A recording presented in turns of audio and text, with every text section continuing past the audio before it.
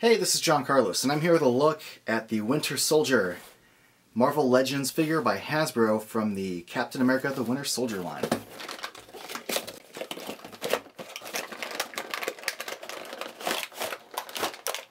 Now, there are some considerable pros and cons to this figure. There is some great sculpting being done on this figure that is betrayed by either a lack of paint or really poor paint. I'll give you a good example right here. If you look at his boots, you can see that there's some good sculpting being done on these boots. You can look at the laces and just like the little paneling and the texturing. But it's all just one generic brown plastic color. There's no paint detail at all. Now his black pants don't have any paint detail, but they don't need it. And the sculpting on them is really, really well done. And the little knee pads have really great little black wash of gloss over them, and I dig that. Now the chest is another problem area for me because his chest is not that brown in the movie. If you've seen the movie, you know that it's a dark, dark, dark brown. It almost reads black. It's not this color. Also, the brown sleeve, like his arm, is a different color brown than the chest. It'd be nice if they matched. But I do like the black gloss they put over the sleeve. It looks really good, gives it a nice leathery finish. One thing I think they did right is the bionic arm. I think the sculpting of like the grooves all look really, really good. It's a really good looking metal arm with a lot of good texture in that sculpting.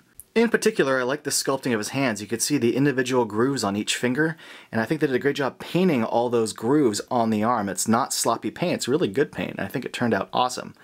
Some other things I have issues with is like this little harness that goes around his chest. There's no gun attached to it, so it's really like this pointless little strap. It'd be cool if they included the gun. And his belt, like his boots, is mostly just a solid brown. They painted this little silver buckle area, and then his knife is sort of kind of painted silver, but not quite. It'd be nice if they kind of painted that knife a more obvious silver paint color.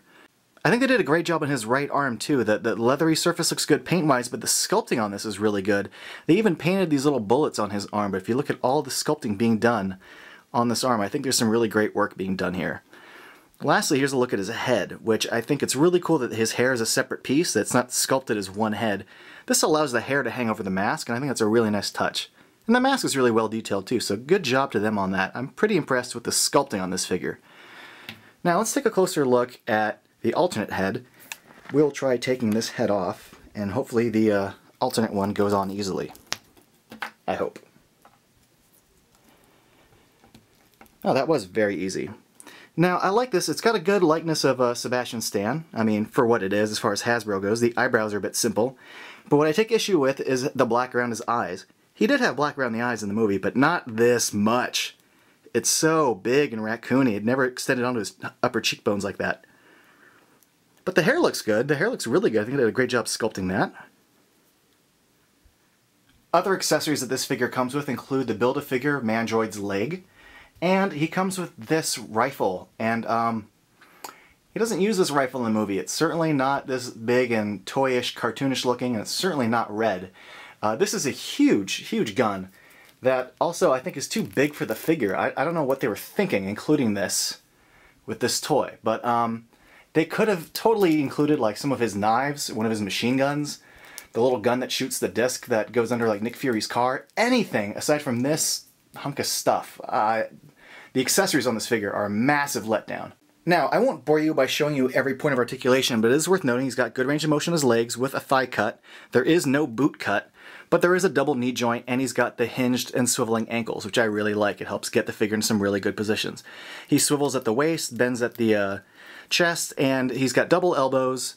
He's got the hinged wrist with a swivel, and it's a good head joint as far as the ball joint, and then the neck that comes down.